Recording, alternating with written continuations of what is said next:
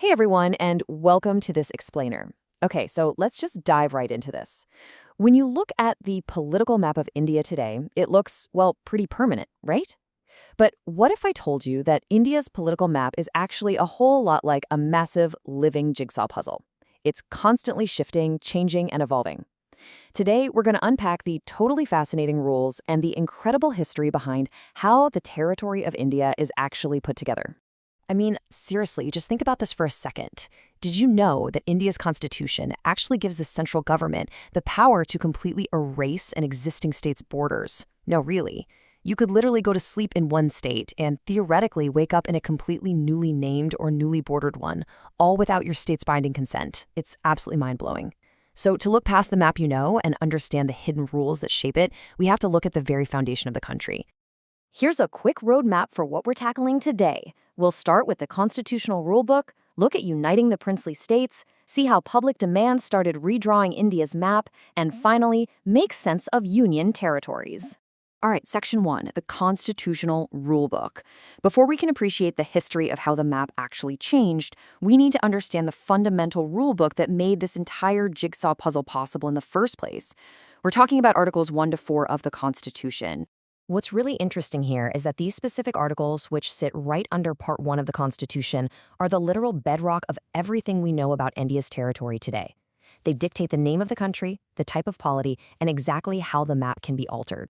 So, Article 1 describes India, that is, Bharat, as a union of states rather than a federation of states, and this distinction, it's absolutely crucial. You see, in a true federation like the USA, states originally came together, sat down, and signed an agreement to form a country. But India's different. The crucial point here is that our states didn't just sign a contract to join together, and more importantly, they have absolutely no right to step out or secede from the country. The country as a whole is an indestructible unit.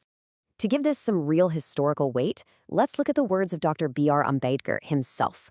He explicitly stated that the phrase Union of States was preferred to indicate two big things. One, the Indian Federation is not the result of an agreement among the states, and two, the states have no right to secede.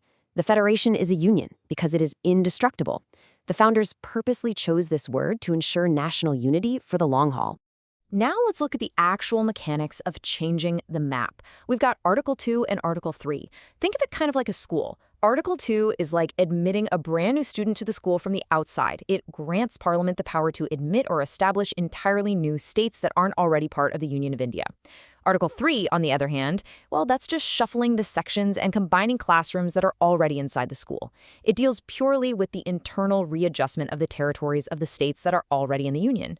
And this brilliantly illustrates the sheer superpower Parliament has under Article 3. I mean, they can form a completely new state by separating territory, they can increase an area, diminish an area, alter boundaries, or even just change a state's name. Now, a bill for this does have to be referred to the state legislature by the president for their views. But, and here is the real kicker, Parliament is not bound by the state's views at all. They can just say, hey, thanks for your input, and totally ignore it. The central government can basically redraw the internal political map according to its own will. So, you might be thinking, making such massive changes to the country's map would require a monumental legal hurdle, right? Actually, no.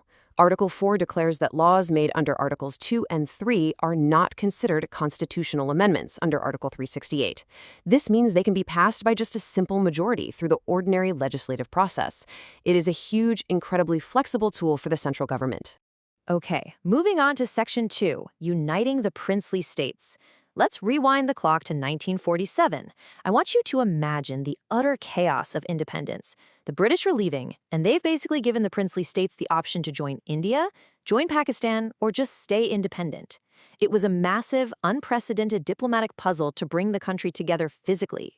552. Just let that number sink in. That is the terrifying scale of the integration challenge they faced. There were 552 princely states situated right within the geographical boundaries of India at the time of independence. Uniting them was definitely no small feat. Now, through some pretty masterful diplomacy, 549 of those states joined India voluntarily. But 3 famously held out. Hyderabad, Junagadh, and Kashmir initially totally refused to join. The integration of these 3 unfolded uniquely. Hyderabad was eventually integrated by means of police action, Junagadh joined following a public referendum, and Kashmir was integrated by the signing of the Instrument of Accession. So, by 1950, the very first attempt to organize this newly united, massive country resulted in a temporary, highly complex four-part system. Notice how Part A states were the old British governors' provinces. Part B were the princely states with legislatures. Part C were centrally administered chief commissioners' provinces, and Part D was solely the Andaman and Nicobar Islands. It was a very ad hoc arrangement, and honestly, it wouldn't last long at all. Which brings us to Section 3, redrawing India's map. The ink on the Constitution was barely even dry before the internal map of India started rapidly changing from the inside, largely driven by massive public demands for reorganization based on language and culture. The real tipping point happened in 1953. There was a prolonged, intense, popular agitation to separate Telugu-speaking areas from the Madras state. Poti Shrimalu, a respected congressperson, went on a 56-day hunger strike for this cause and tragically passed away. His death sparked massive protests, and the government was practically forced to act, creating the very first linguistic state in India, the Andhra state. And this literally opened the floodgates. Using those Article 3 superpowers we talked about earlier, the map evolved constantly. In 1956, the States Reorganization Act completely abolished that old A-B-C-D system and created 14 states and 6 union territories, based largely on language. But it certainly didn't stop there. Fast forward to 2000, and we see 3 new states, Chhattisgarh, Uttarakhand, and Jharkhand, carved out for administrative and cultural reasons. In 2014, Telangana was formed.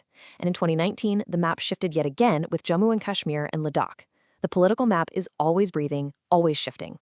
Let's move into our final piece of the puzzle, Section 4, understanding union territories. If India is a union of states, that naturally begs the question, why do we even have union territories at all? Why not just make everything a state? Well, union territories are a big exception to the normal rules. Unlike states, which share power with the center, union territories are essentially central enclaves.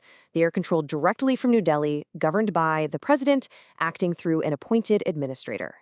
And there are very specific, logical reasons behind creating them. Sometimes it's for political and administrative reasons, like having the national capital in Delhi or a shared capital in Chandigarh. Sometimes it's to preserve cultural distinctiveness, like the French heritage in Puducherry. Other times it's purely strategic, like controlling the Andaman and Nicobar Islands. Historically, it was also used to provide special care to backward or tribal areas, some of which, like Mizoram and Arunachal Pradesh, were actually later upgraded to full states. The most recent major example of this flexibility was in 2019, when the erstwhile state of Jammu and Kashmir was bifurcated into 2 separate union territories. Ladakh, which is a vast terrain but pretty sparsely populated, became a UT without a legislature.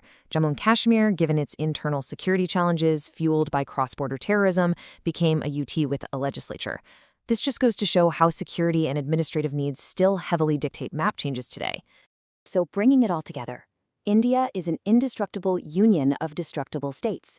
The nation itself absolutely cannot be broken apart, but the states inside can be reshaped, renamed, or destroyed by the union government. Contrast that with the USA, which is an indestructible union of indestructible states, where state borders are rigidly guaranteed by their constitution. Which brings us to the end of our explainer and leaves us with a really fascinating thought. Since the Constitution makes it so easy with just a simple majority, and with language, culture, and administration constantly evolving across the country, which state's borders do you think will be redrawn next? Thanks so much for joining us, and keep questioning the map.